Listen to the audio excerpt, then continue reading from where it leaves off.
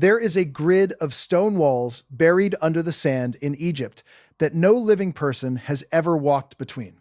It sits 8 to 12 meters down, in the dark, below a crumbling pyramid most tourists have never heard of. And the machines that found it didn't dig a single shovel of earth. They fired radar pulses and electrical currents into the ground and read what bounced back. What came back was not natural rock.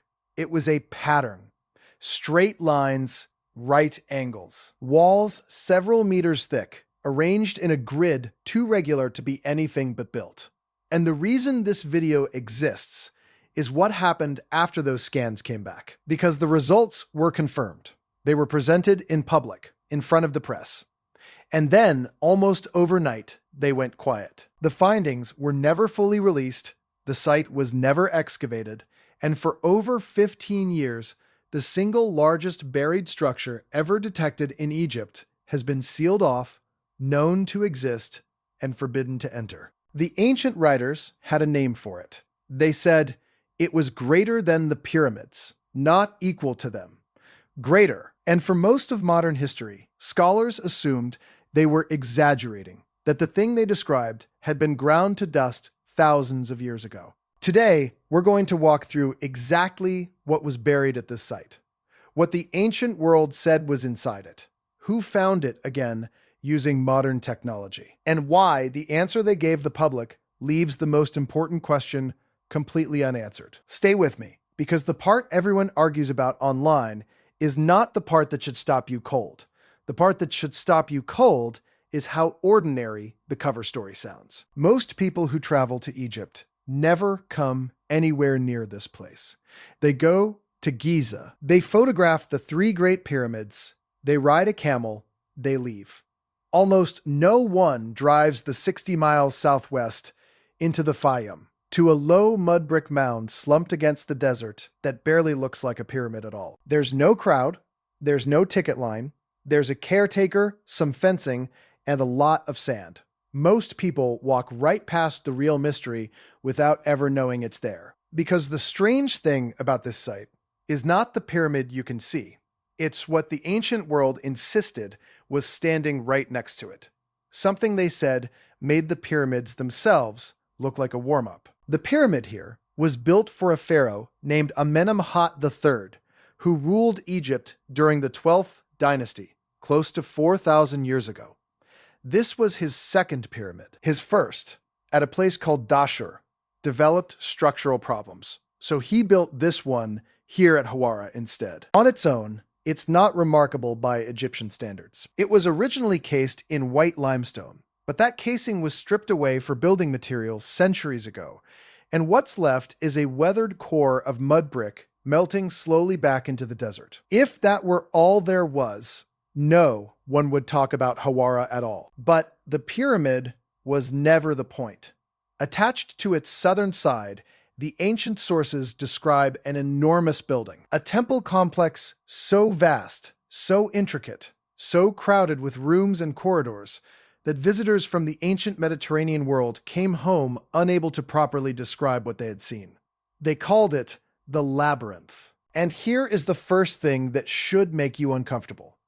The people who described it were not writing legends. They were writing eyewitness reports. The most famous of them was a Greek historian named Herodotus, who traveled through Egypt in the 5th century BCE and wrote it all down in his histories. He is often called the father of history, and he had a reputation, in his own time and ours, for being careful, for recording what he actually saw.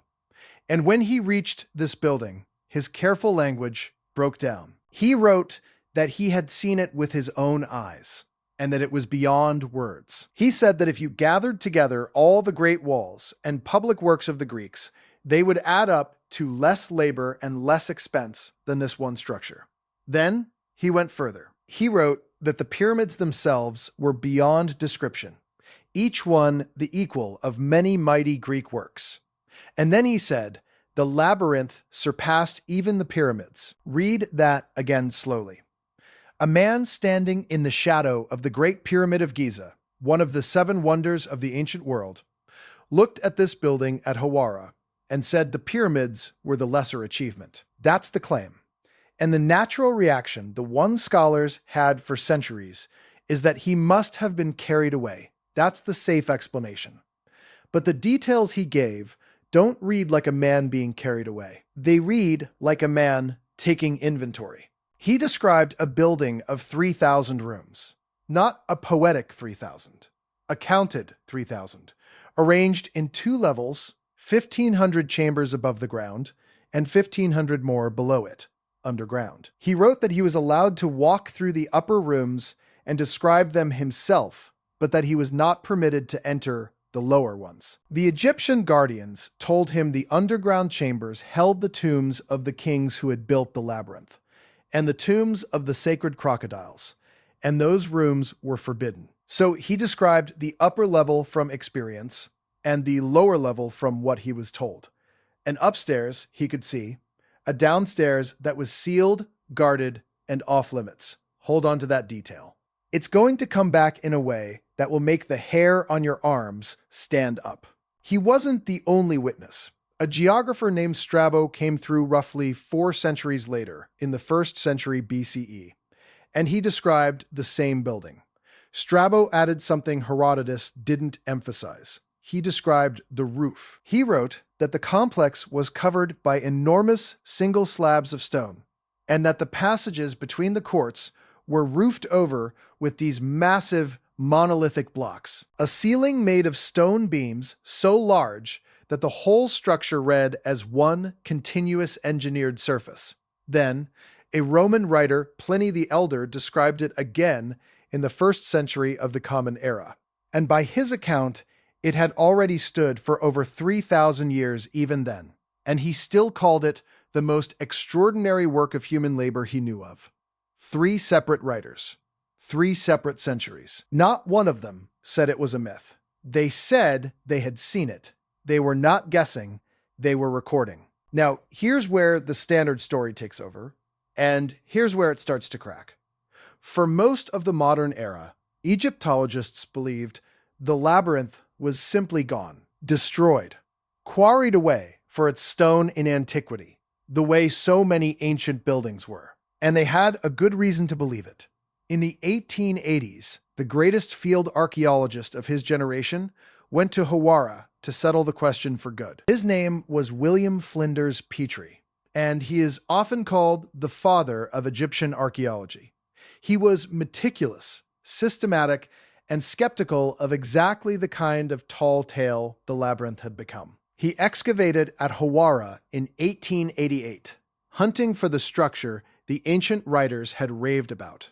And south of the pyramid, exactly where the sources placed the labyrinth, he found something enormous, a vast artificial platform of stone, a bed of dressed rock measuring roughly 300 meters by 250. To give you a sense of that scale, that single stone surface covers an area larger than 7 football fields laid side by side. It was unmistakably man-made, unmistakably massive, and it sat precisely where the labyrinth was supposed to be. Petrie looked at that gigantic stone floor and drew the conclusion that seemed obvious.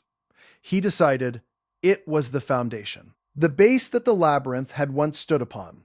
The building itself, he reasoned, had been dismantled and hauled away over the centuries, and what he was standing on was the last thing left, the stone footing at the very bottom. The site, all around it, was buried under a thick layer of limestone chips, the debris of ancient quarrying, which seemed to confirm the picture. The labyrinth had been demolished. Case closed. And for the next 120 years, that was the official answer. The greatest building the ancient world ever described was reduced to a slab and a story. But there's a problem with a foundation. A foundation is the bottom of a structure. And Strabo, the man who actually saw the building intact, didn't describe a floor made of colossal stone slabs. He described a roof made of colossal stone slabs. So, sit with the possibility that Petrie, brilliant as he was, made one wrong assumption. What if the enormous stone surface he found was not the bottom of the labyrinth?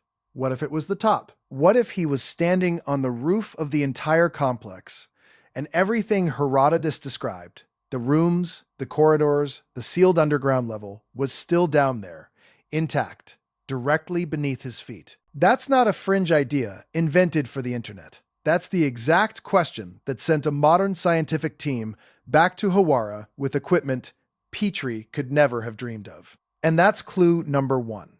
Hold it, because clue 2 is the one that turned an old argument into something no one could wave away. For most of the 20th century, there was no way to test it. You can't tear up a protected archaeological site on a hunch, and you certainly can't smash through a massive ancient stone platform to see if there's a building underneath. So the question just sat there, unanswered for generations. The technology to look through solid ground without touching it didn't exist yet. And then it did. The tools are called ground-penetrating radar and electrical resistivity tomography. And the idea behind them is almost simple. With radar, you send pulses of energy down into the earth and you listen for the echoes. Solid rock, empty cavities, packed sand, and cut stone all reflect those pulses differently. With resistivity, you pass a tiny electrical current through the ground and measure how easily it flows. Stone resists electricity in one way. Waterlogged sand conducts it in another. A buried wall shows up as a line of high resistance, where there should be none. Do this across a whole field, point by point, and you can build a map of what lies beneath the surface without lifting a single stone. You're not digging, you're reading the ground like an X-ray reads a body. In February and March of 2008, a team did exactly that at Hawara. The project became known as the Mataha Expedition. It brought together Egypt's own National Research Institute of Astronomy and Geophysics, scientists connected to Ghent University in Belgium, and a coordinator named Louis de Cordier, who organized and funded the effort. This was not a group of hobbyists sneaking onto the site at night. They worked with official permission from Egypt's Supreme Council of Antiquities, which at the time was headed by Dr. Zahi Hawass, the most powerful figure in Egyptian archaeology. Everything was authorized. Everything was above board. They aimed their instruments at the ground south of the pyramid, the exact zone of Petrie's stone platform, and they started scanning, and the ground answered. Beneath the artificial stone surface, at a depth of roughly 8 to 12 meters, the scans revealed a grid. Not a smear, not a vague anomaly. A grid structure of gigantic size made of a very high-resistance material consistent with stone, vertical walls several meters thick, running in ordered lines and forming what looked like nearly closed rooms. The pattern spread across hectares of ground south of the pyramid, and it matched, in location and in character, the thing the ancient writers had described standing on that very spot. The team's own conclusion was blunt. The colossal stone feature Petrie had, called a foundation, had to be reconsidered. It looked, by their reading, like the roof of a structure that was still down there. Still standing, still intact, under the sand, exactly where Herodotus said he had walked 25 centuries ago. Think about what that means for a second. For 120 years, the story was that the labyrinth was gone, and a team using instruments that see into the earth pointed them at the ground and found a grid of massive walls sitting in the dark, in the shape of rooms, right where the building was supposed to be. Not a similar structure. Not something roughly compatible. A grid of chambers, at the right size, in the right place, under a roof of stone. If you find buried history as unsettling as I do, subscribe and turn on the bell. Because what happened to these findings next is the part that turns an archaeology story into something stranger. Because here is what a normal scientific process looks like. You get a result this big, you publish it. You invite other teams to check it. You go back and dig a test trench, and within a few years, the world knows whether there's a lost wonder under the sand or not. That's not what happened. The initial results were written up in the Journal of Egypt's own geophysical research institute. They were presented openly in a public lecture at Ghent University in Belgium in October of 2008, with the press in the room. The discovery was, for a brief moment, out in the open, and then the door closed. Shortly after that public presentation, the word came down. The Secretary General of Egypt's Supreme Council of Antiquities placed a hold on all further communication of the findings. The stated reason, according to the expedition's own account, was Egyptian national security. Over a geophysical scan of a 4,000-year-old temple. The coordinator, Louis de Cordier, waited. He expected the authorities to release the full results themselves to make the announcement official. He waited 2 years. By 2010, it was clear the results were not going to be released at all. So he eventually put what he had onto a website of his own, so the public would at least know the scans existed. But the complete data, the full methodology, the raw findings, the official conclusion from a legitimate, permitted scientific survey never came out through the proper channels. It was found, it was scanned, it was presented, and then it was buried a second time. And it didn't stop with the scans. In early 2009, an Egyptian-Polish mission connected to Cairo University held a conference at Hawara about the labyrinth. Shortly after that conference, that mission was suspended by the Supreme Council of Antiquities too. Different team, different year, same result. The moment serious attention turned toward what was under that stone platform, the shutters came down.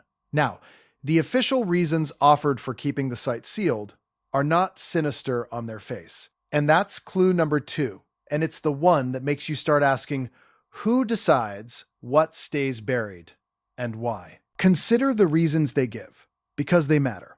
The most cited practical problem at Hawara is water.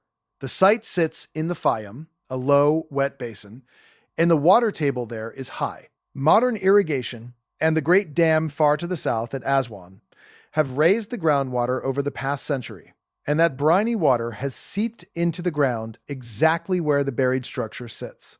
Any underground chambers down there are likely flooded, or partly flooded, with salty water that is slowly eating at ancient stone. So one honest answer to why no one has dug is simply that digging into a waterlogged structure 8 to 12 meters down, right next to a pyramid, is dangerous and could bring the whole thing down. That's real. That's a genuine engineering nightmare. But notice the shape of the thing. The stated reasons keep the site closed just as effectively as any conspiracy would. The water makes it too risky to dig. The bureaucracy makes it too hard to get permission. The national security order made it impossible to even talk about the results. And the flooding gives everyone a reason to say the real answer is that there's nothing worth the risk down there anyway. Every explanation, taken on its own, is reasonable. Stacked together, they add up to the same outcome year after year after year. The largest buried structure ever detected in Egypt stays exactly where it is, untouched, unopened, unexplained, and the one question that would settle everything, what is actually inside those rooms, stays sealed behind the sand and the water and the paperwork. And that question is not small, because remember what the ancient writers said the labyrinth was for. This wasn't described as an empty maze built to be confusing. It was described as a place of records. Herodotus and the others describe chambers, courts, and passages associated with the memory of Egypt itself, its kings, its rituals, its gods. Later, writers and researchers have pointed to the idea of the labyrinth as a kind of vast stone archive, a structure whose endless walls were themselves the point, covered in carving, holding the accumulated knowledge of a civilization. If any meaningful fraction of that survived down there, sealed under a stone roof and buried in sand for 2,000 years, protected from the looting and the weather that erased so much of the ancient world, then what's under Hawara is not just a building. It's a time capsule. And the standard history of ancient Egypt is written almost entirely from the fragments that were left exposed. The tombs that were robbed, the temples that were quarried, the papyri that happen to survive in the dry sand. The one place that might have been sealed and protected is the one place we have never opened. That's the third clue, and it's the one that's still unfolding, because the story at Hawara did not actually end in 2008, because the scanning didn't stop. In the years since, other groups have kept pointing new instruments at the same patch of ground, and the results keep pointing the same direction. There have been claims of satellite-based imaging surveys using radar flown far above the Earth that report the same kind of layered, ordered structures beneath the Hawara sands, along with a central space and a distinct boundary shape ringing the complex. Different technology, working from orbit instead of from the ground, and the anomalies line up with the 2008 grid and with the ancient descriptions. And here is the crucial thing about that convergence. When several completely different methods, radar on the ground, electrical currents through the soil, and imaging from space, all keep detecting the same buried pattern in the same location, the odds that it's a fluke in one machine collapse. A single instrument can be fooled.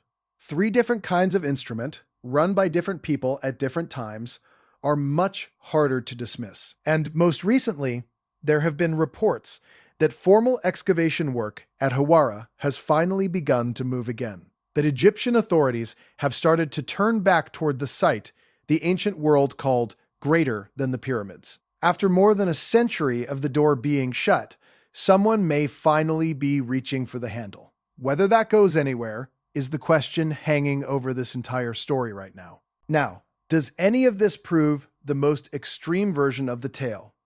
That there's a perfectly preserved 3,000-room stone library waiting intact beneath the sand, its walls still covered in the lost knowledge of a civilization? Probably not. Let's be honest about that, because the truth here deserves better than hype. The mainstream caution has real weight behind it, and it needs to be said plainly. Herodotus wrote his account roughly 1,500 years after the labyrinth was built, and ancient writers were capable of exaggeration and of repeating stories they were told rather than facts they confirmed. The 3,000 rooms may have grown in the retelling. Some serious researchers have looked at the 2008 survey and pointed out, fairly, that the team never published its full raw data and complete methodology for outside experts to check, which means the grid of walls reading has not been independently verified the way a claim this big should be. It's possible that what the radar picked up is partly natural geology, or the remains of a structure far less complete than the legend. And the very oldest, wildest versions of this story, the ones that assign the labyrinth an impossible age of tens of thousands of years, or a lost pre-Egyptian civilization, have no physical evidence behind them at all. That has to be conceded, and I'm not going to pretend otherwise. But here is what all that grounded caution still cannot make ordinary. Strip away every exaggeration and every wild claim, and you are still left with a set of plain facts that are stranger than the fantasy. There is a genuine, enormous, man-made stone platform at Hawara, larger than 7 football fields, found and documented by the most respected archaeologist of his era. There are multiple ancient eyewitnesses, including the most reputable historian of the classical world, who described a colossal building on that exact spot and swore it outshone the pyramids. There is a real, permitted scientific survey in 2008 that reported a grid of massive walls beneath that platform. There is the documented fact that those findings were placed under an official communication hold and never fully released. And there is a legitimate site sitting under sand and rising groundwater 60 miles from the most visited monuments on Earth that has essentially never been properly excavated. You don't need a lost civilization to be unsettled by that. You just need to look at what's actually on the record. And if even the modest version of this is true, it means something uncomfortable about the story we tell ourselves. It means that the single most extravagant building the ancient world ever described, the one they ranked above the pyramids, may be sitting almost completely intact under the sand. And we have chosen, again and again, for over a century, not to open it. It means our picture of ancient Egypt is not a finished portrait. It's a sketch with an entire wing of the building left out. And if we've left a structure this large, this famous, this well-attested, untouched for this long, then the obvious question becomes impossible to ignore. What are we not looking at everywhere else? Because the technology that keeps finding things is only getting sharper. Ground radar, resistivity mapping, and satellite imaging improve every year. We are moving toward a world where you can map the inside of the Earth the way a scan maps the inside of a body. And the buried places that have hidden for thousands of years are going to run out of dark to hide in. If the first serious survey of Hawara found a grid of walls the size of a lost city, the question is no longer whether there's something down there. The question is how much, and how complete, and what is written on those walls. Somewhere under that stone roof, there may be corridors no one has walked since the Guardians turned Herodotus away from the lower level. Rooms that have held their air and maybe their carvings since before the Roman Empire existed. Chambers that could rewrite what we think a civilization 4,000 years ago actually knew. And the only thing standing between us and the answer is water, permission, and the will to dig. Here is the one question that won't let go. Herodotus was allowed to see the upper rooms. He was forbidden from entering the lower ones, and told they held things too sacred to disturb. 25 centuries later, we have machines that can see straight through the ground, and we are still, functionally, standing exactly where he stood, allowed to detect the lower level, not allowed to enter it. What is it about that underground half of the labyrinth that has kept it sealed across 4,000 years and two completely different civilizations? The people who built it went to enormous effort to bury it, roof it in solid stone, and guard the way down. You don't do that to protect nothing. You do it to protect something. And whatever that something is, it is still down there, in the flooded dark, exactly where they left it. So, who finally found the lost labyrinth said to be greater than the pyramids? Not a treasure hunter, not a grave robber. A team of scientists aiming radar and electrical currents into the ground, reading the shape of walls no human eye has seen in 2,000 years. They found a grid of stone. They found rooms under a roof. And then they reached the limit of what they were allowed or able to do. The scans were confirmed, the findings were sealed, and the underground level has still never been entered. The pyramid at Hawara is still standing in the Fayum, melting slowly into the desert, 60 miles from the crowds at Giza. Almost no one visits it. And beneath it, under a platform of stone larger than 7 football fields, sealed in flooded darkness, is a grid of chambers the ancient world called greater than every other wonder they knew, that no living person has ever entered, waiting under the sand for someone to find a way down. It was built to last. It was built to be hidden. And whatever is written on those walls, it is still in there.